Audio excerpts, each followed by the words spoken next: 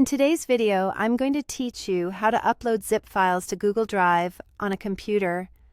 If you've got a folder of documents, images, or project files bundled into a zip, uploading it to Google Drive keeps everything together and makes it easy to store or share. I'll walk you through the process step by step and include a few tips to make sure it goes smoothly.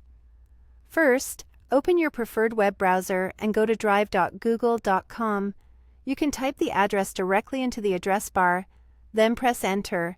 When the page loads, sign into your Google account. Make sure you're using the account where you want this file to live, especially if you manage more than one.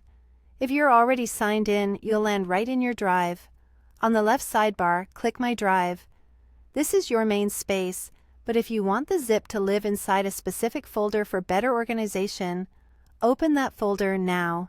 Taking a moment to choose the right location saves you from searching for the file later.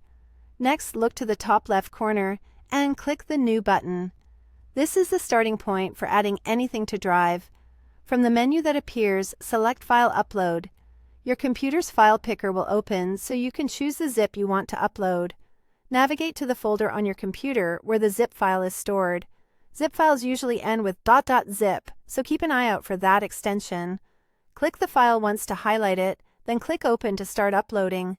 You'll see an upload status indicator appear, typically at the bottom right of the Drive window, showing progress in real time.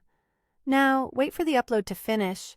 The time this takes depends on the size of the zip and your internet speed. For a smooth upload, try to keep the tab open and avoid interrupting your connection. If it's a large file, just let it run. You'll see a confirmation when it's done.